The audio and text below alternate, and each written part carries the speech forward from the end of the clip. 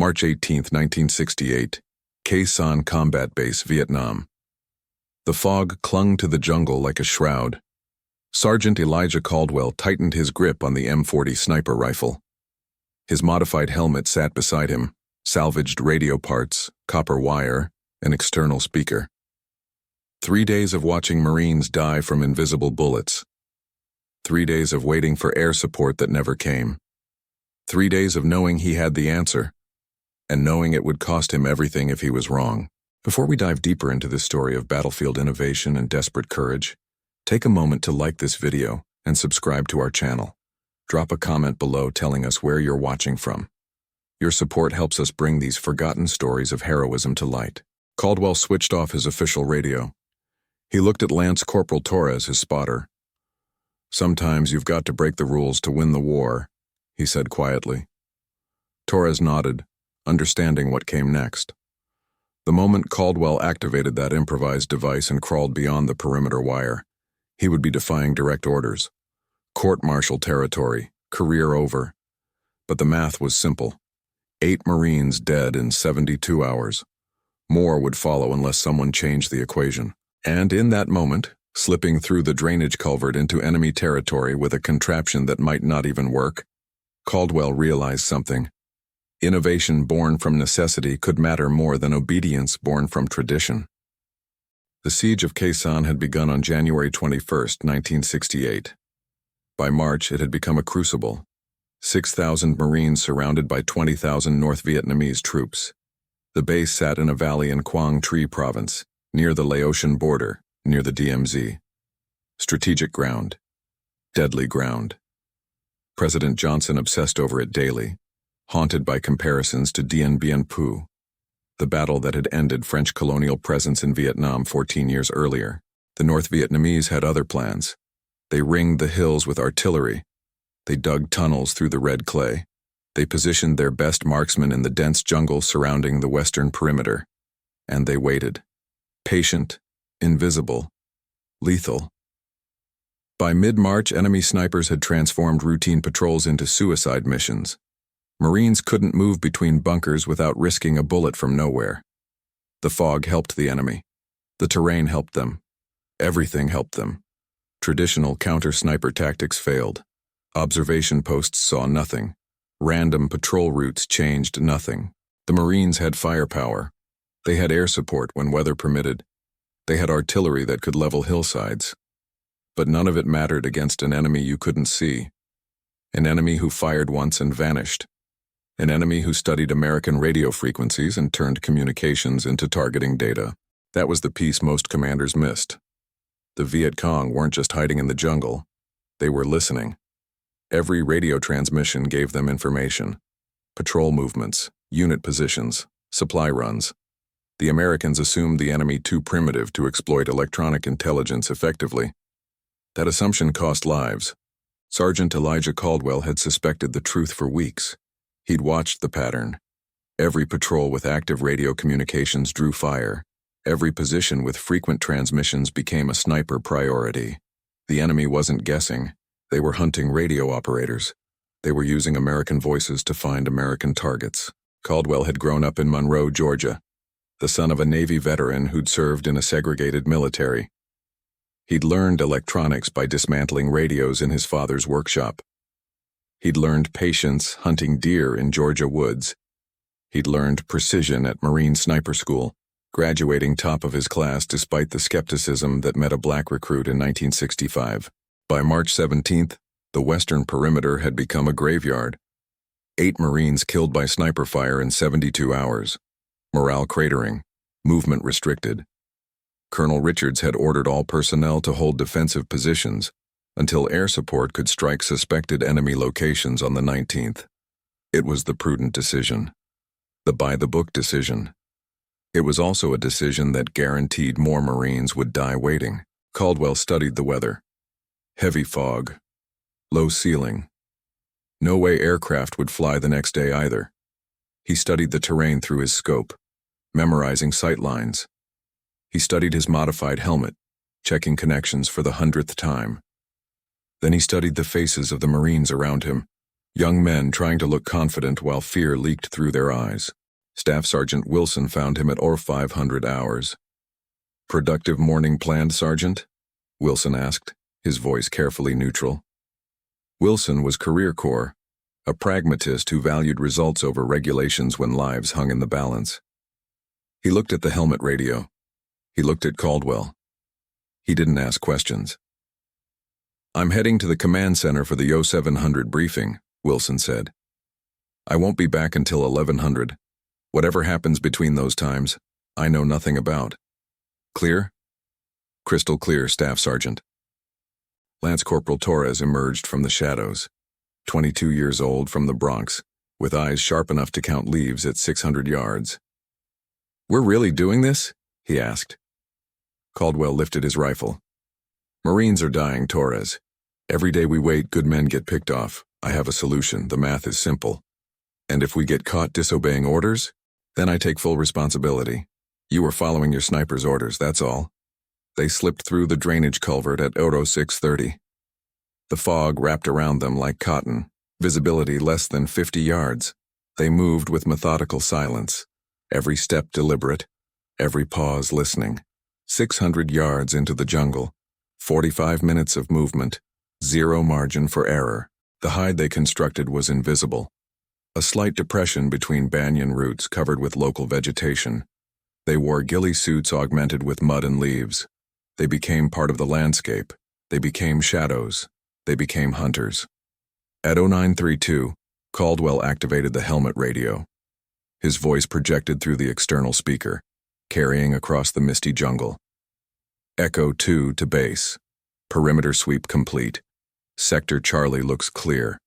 Requesting permission to extend patrol to grid coordinates Hotel 93.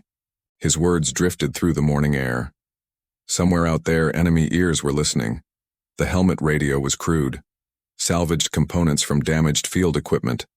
An external speaker wired to an amplifier. Batteries scavenged from abandoned gear. But Caldwell understood something most Marines didn't. The enemy wasn't just monitoring American frequencies. They were hunting them. Every Viet Cong sniper knew the value of killing a radio operator. Take out the communications and you blind the unit. Radio operators stood near officers. They coordinated movements. They were high-value targets, and they advertised their positions every time they transmitted. Caldwell's innovation was elegant. He would become the perfect target. A radio operator in the open, broadcasting repeatedly, seemingly vulnerable. The enemy would converge to eliminate him. Except he wouldn't be vulnerable, he would be ready,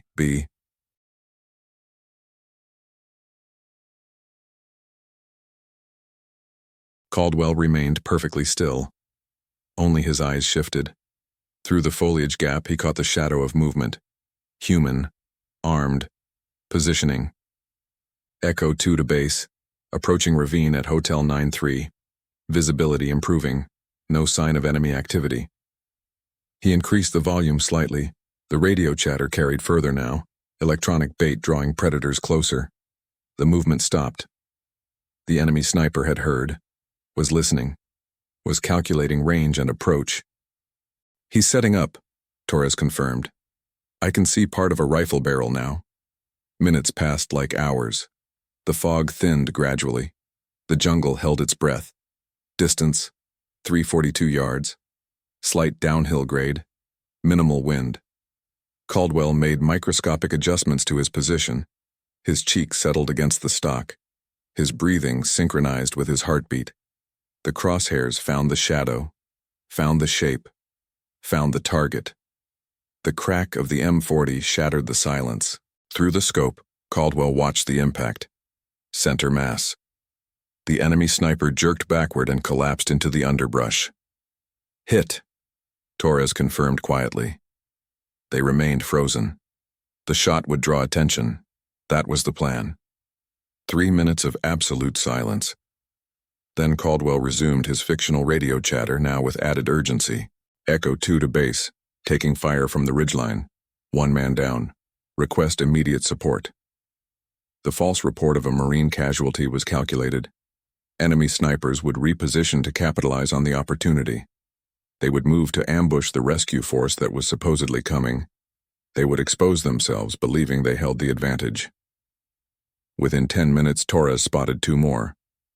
10 o'clock, 400 yards, and 2 o'clock, same distance, both moving toward our position. The trap was working. Caldwell's next shot came 8 minutes later. A Viet Cong fighter moving between trees, believing he was flanking a vulnerable patrol. The bullet found him at 380 yards. He fell without sound. Echo 2, we need that support now, taking fire from multiple positions. The beauty of the deception was its believability. A patrol under fire, calling desperately for help, wouldn't maintain perfect radio discipline. The transmissions would be frequent, panicked, revealing. Every word Caldwell spoke reinforced the illusion, and every word drew more enemy fighters into the kill zone. By 1100 hours, the fog had lifted completely. Torres counted targets. Caldwell dropped them one by one. Patient, precise, professional. Each shot from a slightly different angle, each shot after minutes of stillness, each shot eliminating another enemy sniper who believed they were the hunter. The M40 held 5 rounds. Caldwell reloaded 4 times before noon. The bolt actions cycled smooth and quiet. Brass ejected into a cloth bag Torres held ready. No evidence left behind. No sound except the rifle's crack echoing through the valley. The enemy adapted slowly. By early afternoon, movement ceased. The survivors, if there were survivors, had recognized the trap. The radio transmissions no longer drew targets. The jungle returned to wary silence. Caldwell switched off the helmet radio. The batteries were dying anyway. Count? He asked. Torres reviewed his notes. 20 confirmed. 20 enemy KIA. The number hung in the air. 20 enemy snipers, the specialists who had terrorized the western perimeter for weeks.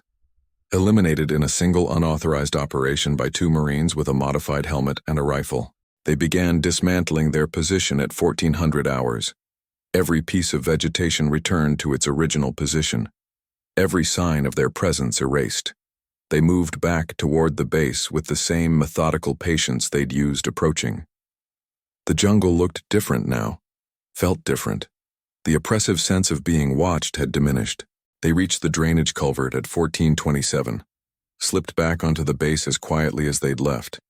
Staff Sergeant Wilson was waiting, his expression unreadable. Productive morning, Sergeant? Very productive, Staff Sergeant. The western sector should be considerably safer now. Wilson nodded slowly. That's good to hear. Unfortunately, Colonel Richards wants to see you immediately. The command bunker smelled of sweat, tobacco, and paper. Colonel Martin Richards looked up from a preliminary report. His face was flushed, his jaw tight.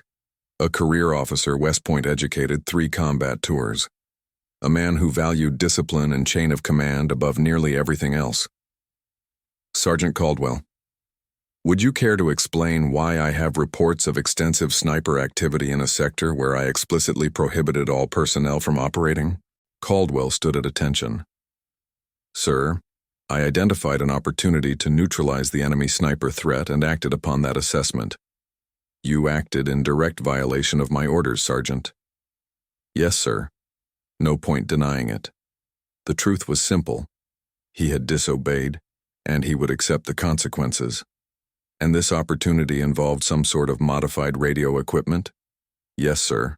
I created a device that broadcast simulated radio traffic to draw enemy snipers into prepared positions where they could be eliminated. Richards leaned back. His anger seemed to shift into something more complex. And how many enemy casualties resulted from this unauthorized operation, Sergeant? 20 confirmed enemy KIA, sir. All snipers. The number filled the small bunker.